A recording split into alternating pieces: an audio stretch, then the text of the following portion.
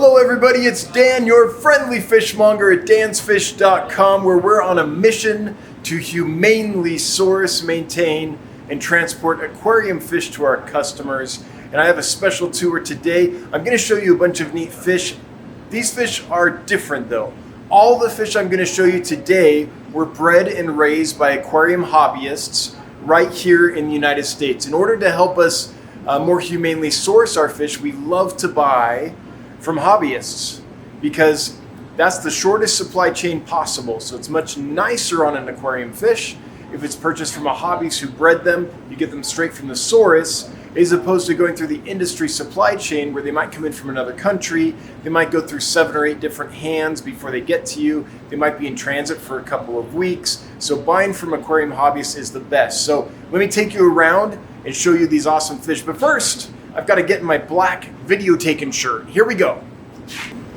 Okay, I've got my recording shirt on. I like to wear a black shirt when I record because then I get less reflection off the tank. So hopefully that helps it hopefully that makes it so you can see the fish a little better. Make sure I'm all arranged here. Okay, I think I'm good to go. So let's show you the first one. These are a Goodeid and they are awesome.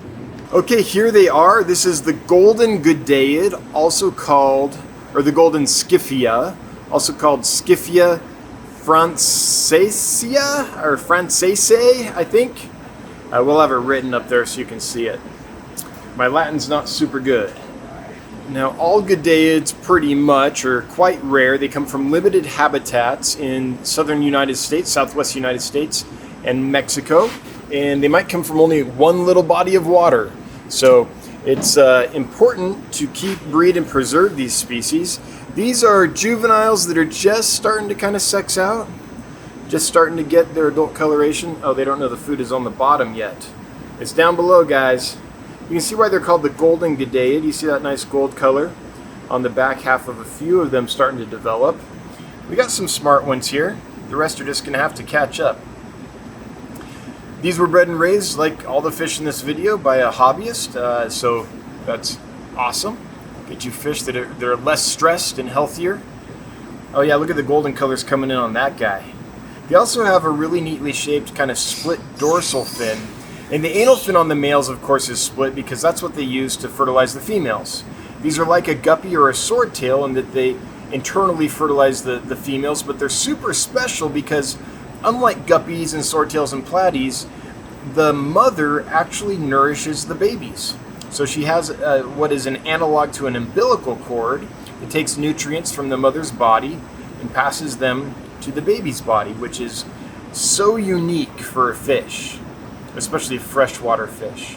Swordtails and mollies and platies and all those guppies, common live bearers, what they do is the eggs are fertilized inside the mother's body and they stay in the mother's body, but there's enough yolk, the eggs developed with enough yolk that the female doesn't have to transfer any nutrients to the egg for it to develop. It already has enough nutrients in it. So it's kind of this standalone process where the egg is inside the female, but she's not nourishing it. Goodeids actually nourish their growing, I guess you could call it a fetus or an analog to a fetus.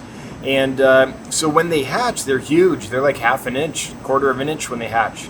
Much more developed than your other live bearers, much bigger and ready to go. So here we have it, Scyphia francese, I think is how you say it. The golden Scyphia or golden Goodeid. Neat little fish. All right, let's move on to the next one. The next fish I want to show you is another live bearer, but it's not a common one. It's Limia perugiae. It comes from the Democratic Republic. No, Democratic Republic. The Dominican Republic. I've been saying Democratic Republic of the Congo so long because of the Congo shipment that I just have that in my brain. So anyway, let's go across the warehouse. I'll show you the next one. It's a busy day here. Everyone's packing fish except for me. I'm just playing with the camera. It's good to be the camera guy. Hey, Mandy. Yeah, like I tried to take damage. Okay, here they are. So here it is. This is Limia perugiae, one of my all-time favorite live bearers. one you're probably not going to find in a pet store. Let's take a close look. Let's look at the handsome like black contrasting with the yellow and those spangles on the body. I just think they're fantastic. I wish they were available more. I would love it if we could get more people breeding them and make this fish more common in the hobby. I am really grateful to the person who sold these to me. You know who you are. Thank you. Well, I can say first names. Thank you, Alex. Really happy to get these from you. Just a beautiful fish.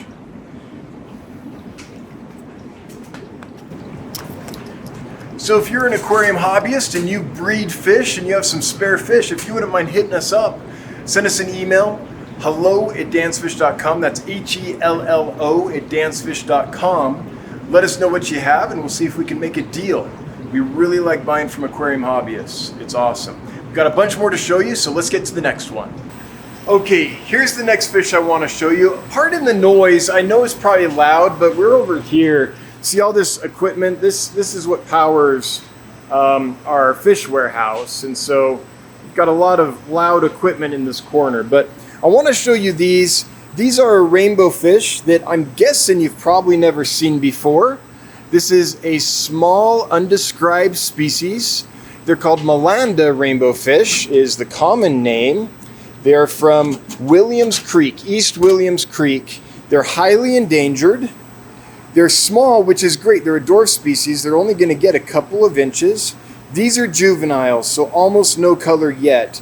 But if you look on the website, you'll see a beautiful picture of adult males of these, nice mature males. You can start seeing the red coming in on these little guys. These are an inch and a quarter, somewhere around there. The color's starting to come in, but it's nothing like the males get when they're adults. Again, a dwarf species, I think 2 to 2.5 inches is going to be full grown. These were bred by Marcel, who's the preeminent breeder of like Rhamnocentris and some other rare Australian fish, including these. So Marcel, thanks for the awesome fish. They've been doing great for us. The next fish I want to show you is also a rainbow fish, also from Australia, also bred by Marcel. Let's go take a look. And here they are. You've seen these before, but this batch is bigger. So the last ones we got were around 1/2 inch to 1 inch. These are around 1 inch to 1 1/4 inch, 1.5 maybe. So they're older. They've been grown out a little longer, and they're starting to get some color. This is Rhamnocentris ornatus from Tewa Creek. You can see the black coming in on the anal fins of some of the young males, as well as the red coming in. These are stunning. Once they get a little older, they're going to be absolutely gorgeous. So for now, just want to show you how good they're doing, the body condition, and how good they look.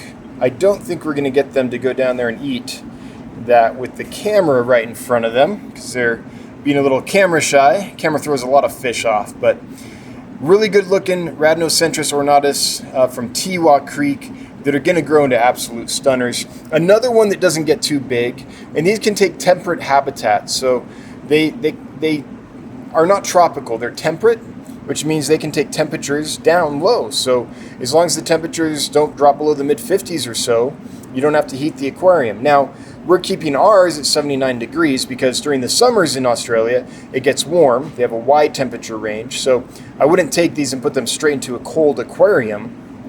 But if you had them up in the high 70s, low 80s in the summer, and then you had a basement that got down to like, I don't know, 60 degrees, 55 degrees in the winter, you'd probably not have to heat that tank. You could just let it gradually, the temperature gradually drop, and they would be just they'd be okay. These guys come from around Brisbane in Australia. All the Rhamnocentris come from more or less around Brisbane. There is a population a little further north, but it's not this population. This is the gold bow Cory CW102. And I'm just going to see if they'll come up front here and eat a little bit so we can see them. Yeah, they're coming. They remind me of like an Adolphoi or Duplicarius with the kind of gold, bright gold orange spot at the top of the head there. Here they come. Oh, this is great. Come on out, guys. These are not hobbyist bred and raised in the United States. They're aquarium bred and raised, but not by hobbyists. And but they're out, so I wanted to show them to you. Well, that's not true. The breeder is a hobbyist, but he also does it for a living. So, I mean, I'm a hobbyist. I do this for a living. But anyway, oh good, here they are. Here they are out front eating. I was hoping I get to show these to you.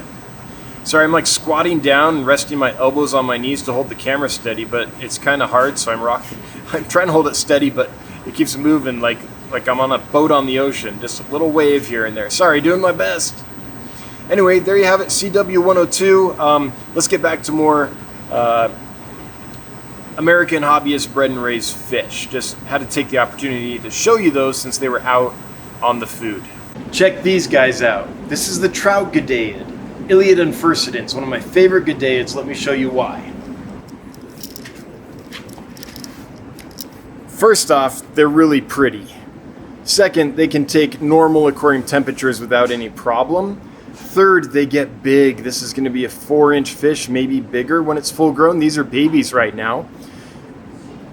They get nice and big enough to really have their color pop. Let's drop some food in here, just because a feeding frenzy is always fun. And there you have it. They have the really neat patterning on them. Guys, the food's down below. I'm gonna just sit here and wait until they find it and go down. So we'll probably cut some of this.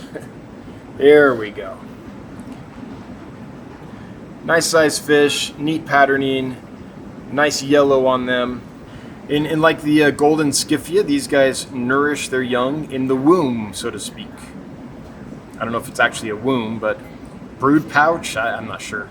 These come from the same breeder that we got our last batch from. We loved that last batch. They did really well for people, really well for us. So we got some more. So really happy to have more of these guys. So Andrew, thank you so much for sending these over. All right, trout Godaid, Iliad unfurcidens, hobbyist bred and raised in the United States. Again, if you raise fish and you have some for sale, we're in the market. We're always looking for good hobbyist breeders, aquarists here in the United States to buy fish from. So hit us up. hello@dansfish.com, HELLO@dansfish.com if you've got some for sale. All right, let's go look at the next one. So people often ask us, why do you have plates? Let me show you. Why do you have plates in your tanks? And you'll often see forks in our plates, and you'll often see forks in our tanks as well. The reason is we like to give the fish some shelter. So if you just take a plate, turn it upside down and rest it on the bottom, then if a fish is shy, especially in the first couple weeks when they just get to your place and they're still new and not sure about things, it gives them a really easy place of refuge. They can just swim right under that and hang out should they need to get away from it all. So that's why we have the plates in there. The forks, you say fork, I call zucchini weight. What we do with forks is we stab them into a piece of zucchini, drop them in the aquarium, and that keeps the zucchini on the bottom. And that's good for plecos and all kinds of fish that like veggies. A lot of live bearers, some of your autosynclists, your silver dollars. There's a lot of fish that really like, here comes the horde. Boom, there it is.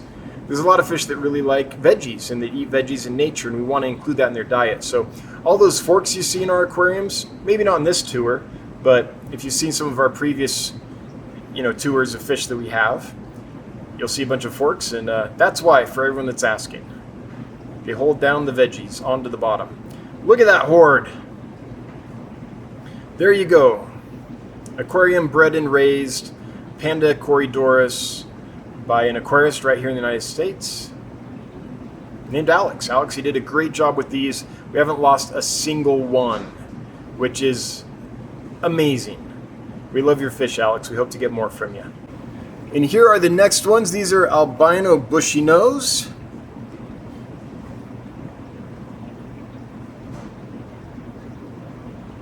There's quite a few in there. Most of them are in the back, away from the light. But there's a few up front where I can show them to you. You can get a good look. Best algae eater around for surface algae. True Siamese algae eaters are good, but not for like algae that's covering your glass pane. What they're good at doing is getting into little cracks and crevices in your decorations, your hardscape, and your plants and things, and getting all the algae out of those little cracks and crevices. But if you want to keep algae off your glass, there's nothing like a bushy nose pleco. And for me, I like the albino bushy nose just because I think they're a lot prettier.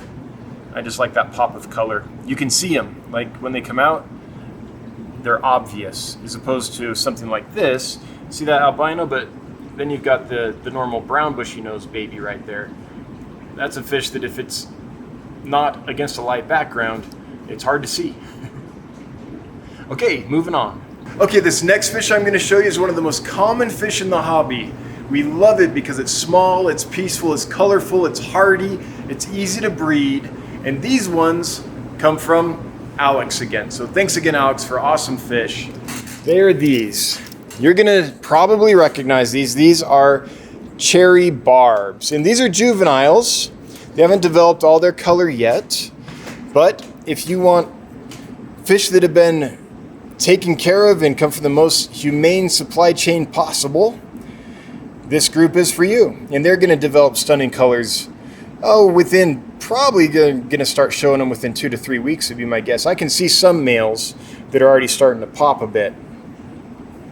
Cherry barbs are fantastic. If you've never bred egg-laying fish before, this is a great one to start with. If you want a pop of bright red, I know they're not showing it really now because they're too young, but they will start showing it really soon. And the name cherry barb is true. A nice male cherry barb that's colored up is red as a cherry for sure. Anyways, one of the easiest fish to keep. They eat anything. They get along with most things. I can't recommend this fish enough. If you're like, I want an aquarium, but I want a fish that's easy and isn't going to be hard to maintain and is going to be hardy, but it's still pretty, try this one. I don't think you'll be disappointed. And a nice big group of them is best. Look at them going to town. It's so fun to watch that. It's like we've got, got a little tornado here, one back there, as they just dive all over the food. Super fun to watch. There's fish that have been around forever that, you've had when you were a kid and all that.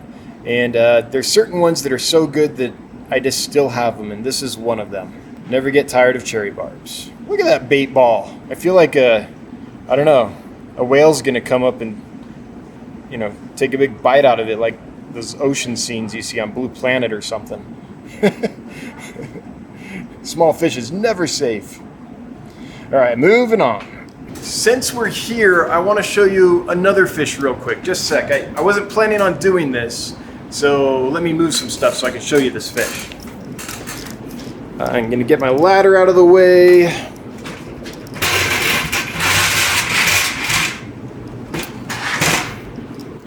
Here they are. They're these puffers. Let me get this light down. The reason I want to do this... Come on, light, get down. Okay, there we go. I'm about as dainty as a bowl in a china shop when I have like one hand to do this with. The reason I want to show you these is a few weeks ago we showed you these when they were still really emaciated. They came in bad shape on import. These have not eaten for almost 48 hours. This is Monday afternoon. We fast our fish on Sundays. So on Sundays we don't feed our fish. And it's not because we're not here. We are here Sundays. It's because it does fish good to have a break every now and then, give their digestive tract a rest, just like there's fasting benefits for humans. So once a week we fast them. So these have not eaten since Saturday. So they aren't falsely filled up with food to make it look like they have more body weight. So look at that. Almost 2 days without eating. And they have so much more body weight than they did. Now, it's not perfect yet, so we're going to keep working with them, but they're on the mend. So just for those who are wondering how these guys are doing, they're doing like this. Now, we do have a batch of perfectly healthy ones ready to go. So the ones listed on the website are not these. We won't list these until...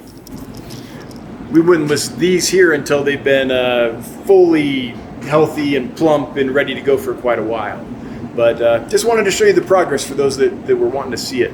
We have some killifish to show you, we have some rice fish to show you, and one other thing that I've forgotten to show you. So stick with us, we're almost done.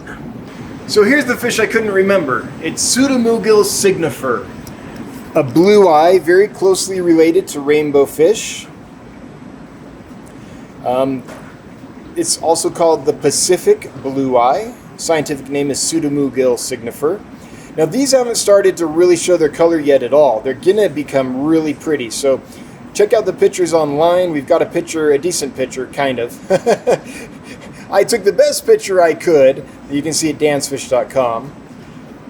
They're gonna get beautiful yellow fins, white on the fins as well. And when they display those and flutter them like a little butterfly, it's just absolutely stunning. But again, right now they're juveniles. They haven't started that yet. But look at the health on these guys. That's what we're looking at in young rainbow fish, young blue pseudomugils, young blue eyes. Just we're looking for healthy fish. I know they're going to be pretty when they grow in. But what I want to get is fish that are healthy and will thrive for you. All right, these are the gold medaka rice fish. These were bred by Andrew. Andrew also bred the last batch we got in. And that last batch was absolutely fantastic, so we brought some more in. Now we can get a nice close look as they pile on the food. Gold medaka rice fish, these guys can take cold temperatures. They can literally live under ice. They don't need a heater. They can also take super hot temperatures, so a very hardy fish. In Japan, they'll keep these outside on their patios in these tiny little patio ponds. And in the summer, gets super hot. In the winter, gets super cold. These guys are fine as long as those changes happen gradually. So, you know, don't take this fish that's been kept at 79, 80 degrees and put it right in a 50-degree pond. That'll shock them. But if you get down there gradually, they'll be just fine. Last fish I'm going to show you is a killifish. The genus Aphanius. Oh man, I just realized I'm right under this vent. So when I hold the camera here, it's probably like you're in a windstorm. You probably can't hear me. So let's go look at that tank and we'll do this again. Well, sorry for the noise, folks. We're back over in that corner with all the filtration equipment, so it's a little loud. But I wanted to show you this fish. Killifish are my true love. The first fish that I really sought out as a kid, got, bred and raised, were killifish, and among the first of those was Aphanius mento. Aphanius is this genus of fish here. This is not Aphanius mento. This is Aphanius vladikovi from Boldaji. Aphanius mento, instead of having these dark stripes up the body, is a dark fish with a lot of like white spots on the body. It looks a lot like a dwarf sunfish or a Cynolebius species, like or Astrolabius nigropinnus, something like that. Anyways, these Aphanius the Aphanius mento is one of the first ones I bred, so I've always had a soft spot for Aphanius ever since. These don't really have their color yet. You can see the dark barring starting on the males. The females will have fine spots on the sides, but that barring is going to get really dark against white, basically, against tan or white, and it's going to be a really pretty like zebra striped pattern as the fish matures. So, and settles in. So they're going to get better and better. So don't judge them harshly. Now, Aphanius are akin to the desert pupfish that we have here in the United States, in the western United States. Aphanius come from North Africa, Europe, Turkey, those areas. And they've developed a similar habitats. They can live in really harsh environments.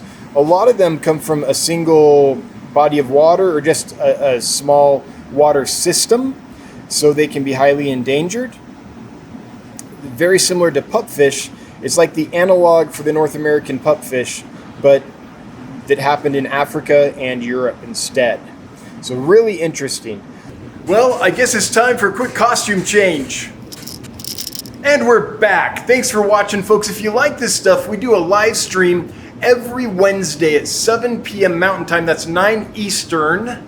where we geek out about fish. If you have questions about aquarium fish keeping, breeding fish tanks, any of that stuff, we're a group of friendly fish nerds that love helping folks with fish and answering questions about fish. So that's the Dan's Fish YouTube channel every Wednesday, 9 Eastern. And if you're in the market for some aquarium fish, we've got you covered at dansfish.com. Thanks for watching. We'll see you next time. Bye-bye.